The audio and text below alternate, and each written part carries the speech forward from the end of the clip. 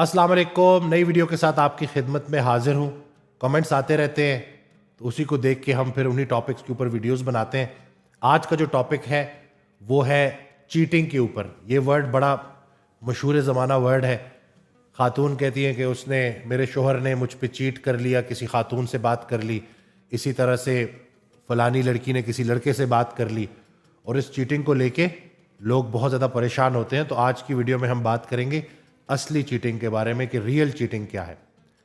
हज़रत वासिफ़ अली वासिफ़ रहमतुल्लाह अलैह अपनी ऑडियो में इरशाद फरमाते हैं कि ईमान के लिए सबसे बड़ा जो ख़तरा है ना वो लज्जत वजूद है।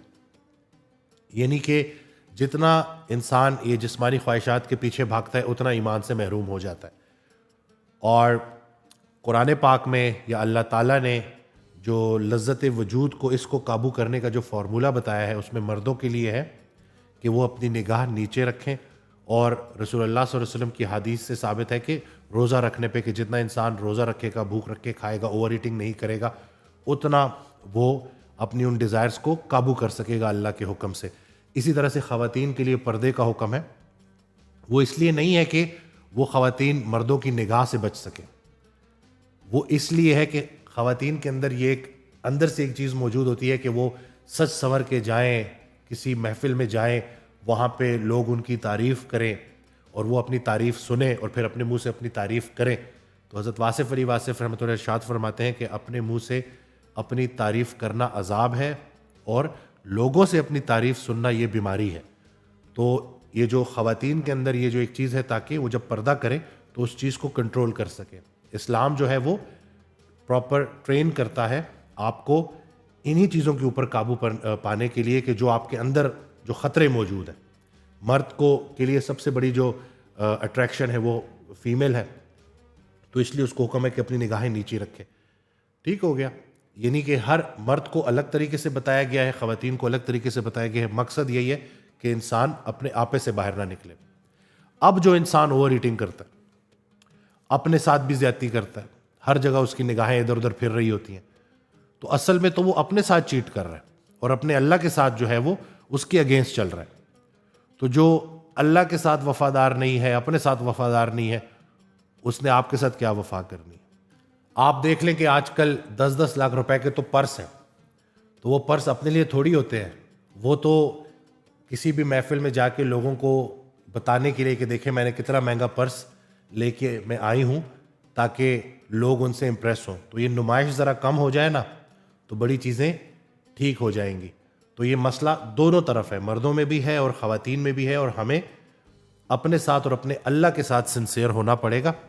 जब तक हम अपने साथ और अपने अल्लाह के साथ सिंसियर नहीं होंगे, मामलात दुरुस्त नहीं होंगे। वैसे देखा जाए तो अगर किसी का लाइफ पार्टनर किसी के साथ चीट करता है तो कितनी तकलीफ होती है, कितना शोर मचाते हैं, कितनी अजियत होती है।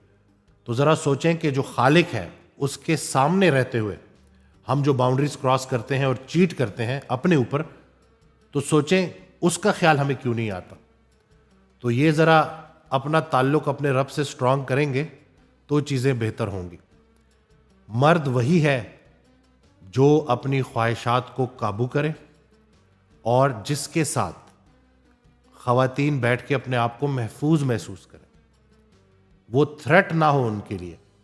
क्योंकि अगर उसके साथ बैठी खातून अपने आप को महफूज नहीं महसूस कर रही तो वो जो चार पाए मवेशी जानवर हैं वो उससे बेहतर है। तो इस्लाम प्रॉपर आपको ट्रेन करता है। तो हमें इन चीज़ों को देखना पड़ेगा कि कहीं हम बेसिक लेवल पे अपने साथ तो ज़्यादती नहीं कर रहे। क्योंकि जो इंसान अपने साथ ज़्यादती करता है, अपना ख्याल नहीं रखता, जो अल्लाह ने उस पर पाबंदी रखी है उसको क्रॉस कर रहा होता है, तो इवेंचुअली वो फिर पूरी ज़िंदगी यही करता रहता है। अपने लाइफ पार्टनर के साथ भी शोहर एक जालिम शोहर होगा, एक बेहस शोहर होगा। मेरे पास ख़वातीन आती हैं और वो बताती हैं कि उनका जो शोहर है वो उनको बेसिक उसके भी ख़र्चा नहीं देता। पता नहीं ये कौन सा, और बराए नाम नमाज़ें पढ़ते हैं, अपने बड़े दुनिया में बड़े नेक मशहूर हैं, तो ये पता नहीं कौन सा इस्लाम सीख के आ गए हैं।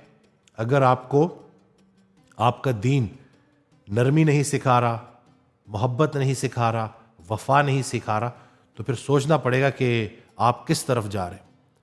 تو تھوڑا سا ان چیزوں کے اوپر اگر ہم فوکس کریں تو یہ جو ہمارے اوپر پرابلمز آ رہی ہیں معاشرے میں، جو یہ اتنی پریشانیاں ہیں، یہ دور ہونا شروع ہو جائیں۔ اللہ بھی ان کی مدد کرتا ہے جو اپنی مدد آپ کرتے ہیں۔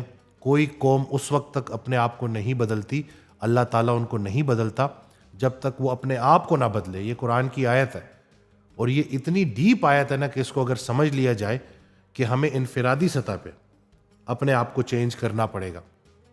آج کل آپ دیکھ لیں، غلط چیزیں سن رہے ہیں، غلط محفلوں میں بیٹھ رہے ہیں، تنہائی میں ہوئے گناہوں کو محفلوں کی زینت بخشتے ہیں۔ شیطان جو ہے نا وہ اڑ گیا تھا، تو جو انسان تنہائی میں کیے ہوئے گناہ کو محفلوں میں بیان کرے تو اس کا مطلب ہے ایک اس کو گناہ کرتے ہوئے ڈر نہیں لگتا، اور دوسرا اپنے ہی گناہوں کا گواہ بناتے ہوئے بھی اس کو ڈر نہیں لگ رہا، کیونکہ ایک دن، وہ دن دور نہیں ہے، بڑا قریب ہے، ایک دن سب نے پیش ہونا ہے۔ تو اس سے پہلے کہ ہم گلہ کریں کہ لوگوں نے ہمارے ساتھ کیا کیا، ہمیں اپنے گریبان میں جھانکنا پڑے گا کہ ہم نے اپنے ساتھ کیا کیا۔ ایک بات یاد رکھیے گا کہ جو انسان اللہ اور اللہ کے رسول صلی اللہ علیہ وسلم کے ساتھ بے وفائی کرے، وہ آپ کے ساتھ کیا وفا کرے گا۔ جو انسان اپنی خواہشات کے پیچھے بھاگتا ہے، اس کی خواہشات ہی اس کا سفر ہے، اس کی خواہشات ہی اس کی منزل ہے، اور ان خواہشات کی انتہائی شکل آتش جہنم ہے۔ حضرت واصف علی واصف رحمۃ اللہ ارشاد فرماتے ہیں کہ اگر آپ کو کبھی موقع ملے کہ آپ جہنم کے دروازے پہ کھڑے اور پوچھیں لوگوں سے کہ آپ کو کیا چیز جہنم میں لے کے آئی، تو وہ بولیں گے کہ ہماری تمام خواہشات پوری ہو گئی تھی۔